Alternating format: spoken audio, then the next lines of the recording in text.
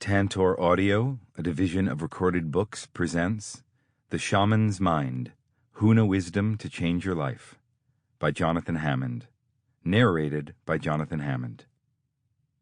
This book is dedicated to Serge Kahili King, Brian McCormick, and my mother. Preface. This book is about becoming a finder and no longer a seeker. It's about truly healing. It's about learning to love yourself, to think straight, to step into wellness, prosperity, and love, and to feel the inner satisfaction of these attainments to such a degree that the inevitable response is to give yourself back to the world. Imagine yourself so well, so full, and so supported that you can't help but want to spread your good fortune around. In every given moment, each of us has a glorious opportunity to release our self-limiting stories, learn to live from our true nature, and become the highest and brightest expression of ourselves. And I know of no better, more practical, or more effective system to guide you there than Huna, the esoteric knowledge and philosophy of Hawaii. We are currently in the midst of an immense, difficult, and sometimes terrifying planetary shift of consciousness. We are on the brink of complete unsustainability. We cannot continue our current ways without careening toward destruction. The Cree tribe of North America speaks of a contagious psycho-spiritual disease of the human soul, a virus or parasite of the mind that is currently manifesting itself in the form of unprecedented conflicts and crises on a global scale. This wicked spirit, which terrorizes and cannibalizes others, is called Wetiko, or the Wetiko virus. In Hawaiian, it is referred to as Eepa, which means deceit that passes comprehension. Wetiko, Eepa, is born of our disconnection from the natural world, and it operates by covert infestation of the human psyche, compelling us through toxic selfishness to act against our own best interests by blinding us to our own insanity. Destruction for profit, massive hoarding of wealth, allowing suffering without compassion, dehumanizing others, and recklessly exploiting natural resources. Wetiko, however, is non-local. In other words, it doesn't have any substantive material existence except in our own minds. This points to an incredible intrinsic power and deep personal responsibility within each of us to make a difference in this world by cultivating our own individual consciousness, by cleaning up our own mess and making ourselves so well that we can have a positive influence on all of life and on all of those whom we touch. Quantum physics posits the quantum inseparability principle.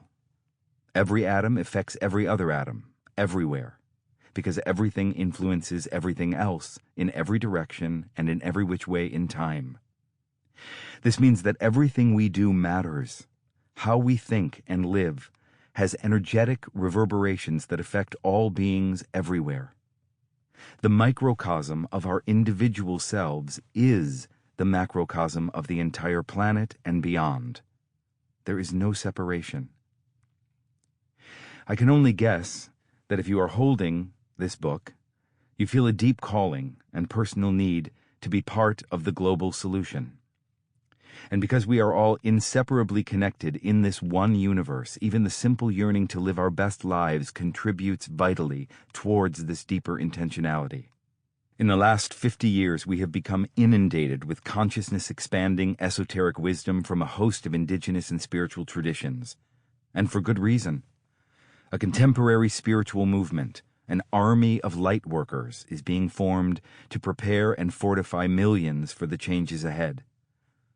This has already been prophesied. The Quechua people, who live in the Andes of South America, call the time in which we are now living the fifth Pachacuti. A Pachacuti is a 500-year interval, and this particular one is an era in which, as the legend states, the eagle and the condor will fly together in the same sky. According to the Quechua, the previous 2,000 years were dominated by the eagle, a visionary but materialistic bird, one connected to seeing vast distances, the intellect, and the masculine principles of growth and movement. Over the last 2,000 years, the eagle's influence was seen in the huge advancements and discoveries that took place in science, medicine, and technology. But the fifth Pachacuti, which we now inhabit, is a time when the feminine, spiritual, and environmentally minded condor will begin to dance together with the eagle, restoring balance and harmony with her intuitive earth wisdom. The Quechua believe that the condor embodies such sacredness that she might not actually fly, but can somehow spiritually move herself. In the Quechuan prophecy, during the fifth Pachacuti, the entrance of the condor will come about with the help and support of those humans who espouse earth-honoring ways, those who live in right relation with themselves and their environment, and those who choose to lean into the interconnectivity of all things. And that is you. The best way to fight the Wetiko Eepa demon is to start by naming it. By naming it, we diminish its power. Then we lend ourselves through the inner rainbow light of our hearts and minds to anyone and anything which for whatever reason has lost their way or had their freedoms diminished. We do this not only through the actions we take in the world, but by cultivating a consciousness within our own minds that always leads us toward choice, possibility, and the highest levels of inclusivity. The Hawaiians call this consciousness aloha. The word aloha is a commonplace greeting in Hawaii, and it is often translated as love, but it has great spiritual significance as well. In Hawaii, aloha is considered an attitude, an ethic, and a means for change. It means to share life force with another, using the essence of love as an expression of our life force in order to further creation. This is an utterly natural process, because creation itself, as you will learn throughout this recording, is made of the very stuff that is aloha, the love that is in alignment with what we consider to be the highest elevated qualities of spirit: grace, forgiveness, compassion, gentleness, and kindness. To learn to infuse your thinking mind, and therefore your external life, with the potent force of aloha, is to do your part to confront Wetiko Eepa, and help the condor lift off to the tallest and most transcendent heights. If enough of us learn to do this for ourselves, the Wetiko Eepa demon will be no match for what we can accomplish individually and globally. It's time for real and substantive change, which only you can make for yourself.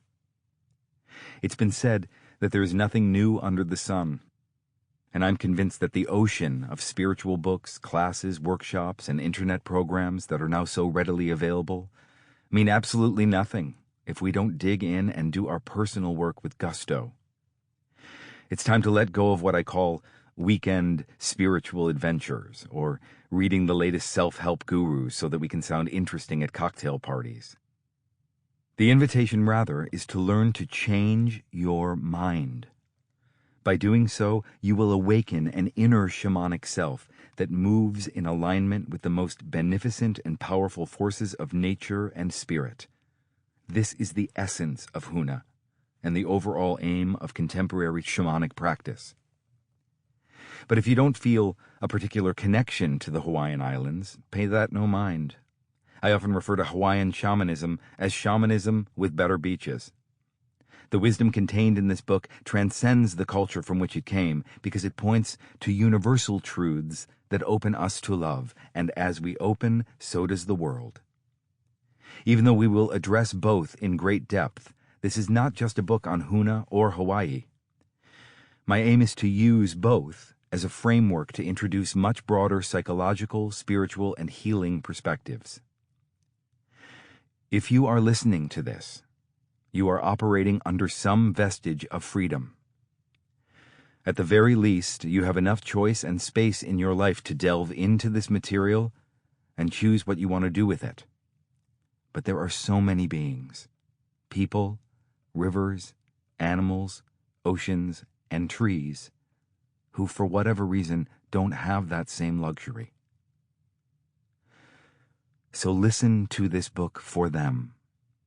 Show up for yourself, for them. Make yourself well, for them. Awaken your interior magic, for them. It's definitely you first, but they all need you too. Because the truth is, we as a collective no longer have time for you not to do this. Meke aloha, Jonathan. Part 1. Introduction to Huna. Chapter 1. My Hawaii Story. Given that I am a haole, a non-Polynesian white person living in New York City without a drop of Hawaiian blood in my body, it seems relevant to offer some clarification as to how I found my way to Huna. My connection to Hawaii is actually something I'm still trying to understand. A perplexing web of crazy synchronicities, gut instinct, and happy accidents. And yet, as true as it is that I found Hawaii, I can't deny that Hawaii somehow has also found me. Sharing my story is not an act of self-indulgence. It is a teaching in and of itself, one that is loaded with the hidden and mysterious realities that we often deny or refuse to see. Realities that, if we choose to be open to them, point toward the deeper tendrils of connectivity and intelligence that underlie all things. Limitlessness, or infinite connection, is one of the 7 major principles of Huna, so as I introduce my Hawaii story to you, I will likewise introduce you to the 7 principles. To delve into shamanism is to open to an inner knowing that lies beyond what we are able to learn from books, teachers, or the culture to which we believe we should adhere. All power comes from within is another major Huna principle, and following this inward direction became my path to this knowledge. By the time I reached my late 30s, I had been on the spiritual and healing path for almost 2 decades, and I needed to be. I had been through periods of severe anxiety and depression, the difficult end of a 13-year relationship, and struggles with addiction. I did not have an easy go of things. The more I healed, the more I found myself unfortunately settled in a career that felt out of alignment with who I was becoming spiritually. I was restless, searching, and sometimes quite angry. Up to that time, I had spent the majority of my life as a professional actor, appearing on Broadway and on stages across the country, and I'd done a little television as well. I loved being an artist, but I struggled with a lifestyle that was financially difficult, lacked opportunity, and felt disempowering. Despite relative success, acting was generally a difficult slog. I often felt judged, rejected, and compromised. Even worse, it was becoming clear that I needed to compartmentalize and hide my spiritual life and my work as an energy healer. My theatrical agent told me that the woo-woo stuff made me a lot less marketable. There was a faint whisper within me that questioned whether I should stop acting. After all, since early childhood, it had been the only thing I ever thought I wanted. Giving it up felt like an identity crisis. So every time the idea of quitting came into my head, I would banish it immediately. That is, until I went to Maui. Haleakala Volcano. I had been to Hawaii a few times before the events that I am about to describe, and I had absolutely loved it. I can lose myself fairly easily being in nature, and the sumptuous paradise of the islands provided unparalleled delights. I loved the emerald green hills and rainbow valleys, the crystal blue and indigo water, the delectable smells of wildflower perfumes, the misty sea salt sprays, the cleansing rains, the cloud-capped mountains, and the busy click-click-click of palm trees, singing their songs through invisible tropical winds. If you haven't been to Hawaii, I highly recommend it. But Other than my delight in Hawaii's natural wonders, I had acquired no knowledge whatsoever of Hawaiian spirituality, language, or culture. The Hawaiian words on street signs or restaurants seemed cumbersome and almost too foreign. Like most tourists, I had a vaguely titillating awareness of the lithe, pretty girls and the tattooed, muscular men wiggling their hips in exotic hula movements, but I was quite unaware of hula's deeper meanings. And I certainly never dreamed that the islands contained a spiritual philosophy that would become such an important part of my life. Despite my lack of knowledge on many aspects of Hawaii, there was an internal experience that I had on those early trips to the islands and have had every time since. I call it my Hawaii feeling. In my deepest being, it tells me, these islands are the most magical place on earth, and I am only complete if I somehow carry them with me always. Many Hawaiian words contain hidden meanings or concealed references that are buried within them. These are called kaona. If you examine the kaona of the word Hawaii, it is understandable why I and so many others are so drawn to return there again and again. Ha is a word meaning the breath of life to man. Vai means the water of life to the earth, and I is the supreme being. Hawaii, or Hawaii, as we more commonly say it, is the homeland which all mankind continues to seek because it is there that life, earth, and spirit conjoin together. My story begins on the volcano in Maui. Getting to the Haleakala crater, Maui's dormant volcano, which had its last eruption in 1790, involves a dizzying 35-mile drive into the clouds, up 10,000 feet on a road that twists and turns so abruptly that speed limits often max out at 10 miles per hour. Many tourists do this drive in the middle of the night in order to be at the summit for sunrise, which I find rather terrifying because one's vehicle is sometimes only a few yards away from a 1,000-foot drop. On my first trip to Haleakala with my husband, Dominic, we reached the top after almost 2 hours. When we got out of the car, we could not believe where we were or what we were seeing. Among the many lessons one receives from the land of Hawaii is just how small we are. At the Haleakala crater, the hole, so to speak, where the lava once gushed forth, is the size of Manhattan. To stand at the edge is to view a gigantic, sparkling, kaleidoscopic landscape of rolling rock and soil that appears to undulate in wave-like patterns of otherworldly greens, reds, purples, and browns for as far as the eye can see. It is breathtaking. Being there makes you feel like you're on another planet, or perhaps the moon, and the bright, shiny Haleakala silver sword plants, which only grow on the crater and nowhere else on Earth, add to the otherworldly nature of this magnificent place. You never know what to expect in terms of weather at the summit, and having been there now many times, I can attest to rain, snow, clouds so thick you can't see anything, freezing temperatures, and hot sun. But on the day that I visited for the first time, it was warm and clear with high visibility.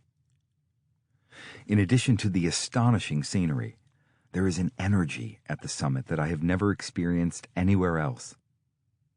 The land itself has a visible and pulsating aura or luminous field, almost like the heat waves that come off an asphalt highway in the desert, but mystically different. Pele, the volcano goddess of Hawaii, now lives on Big Island, where there are 4 active volcanoes. Although she is often thought of as ferocious and wrathful, her presence on Maui has a sense of sweet and tranquil luminescence, as if her work on this island is done and she is now at peace here. In addition to the astonishing scenery, there was a strange sound in the air, an extremely high-pitched ringing, zzz, that felt like it was the sound of silence itself. It had an oddly faint and deafening quality at the same time, as if it were somehow sonically cleaning my ears and sinuses. I couldn't believe that none of the other visitors there seemed to notice this sound, but once I pointed out to Dominic, he heard it too. Before we began walking the long and well-worn path down into the crater, we found a posted sign explaining that the ancient Hawaiians considered Haleakala, which means House of the Sun in Hawaiian, an extremely sacred place.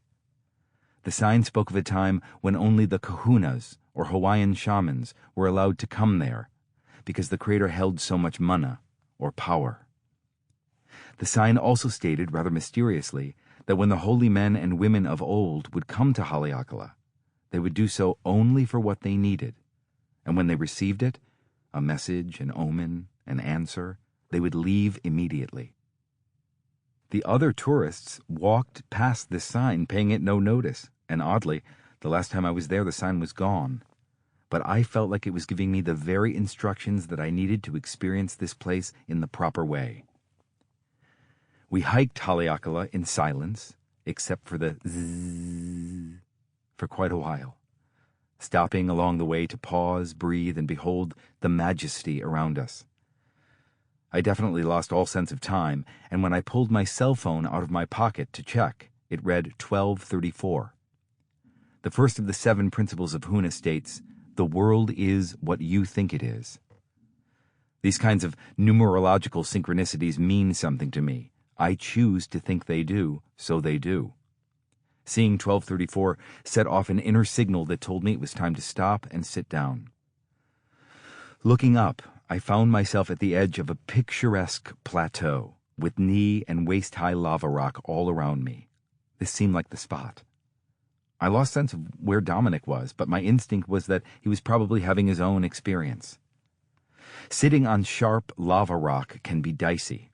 It is born of fire, and its roughness is a physical manifestation of the burn that is still inside it. Because it can cut easily, I placed a towel underneath me, got into as comfortable a seated position as I could, and entered into a light meditation. I don't know exactly how long I was sitting there, but suddenly, from out of nowhere, a roaring force began rushing toward me, as if a speeding train was heading straight in my direction, and I was on the tracks in its path. This wasn't an internal feeling or inner vision, this was a visitation, with something so powerful that I found that I could no longer sit up.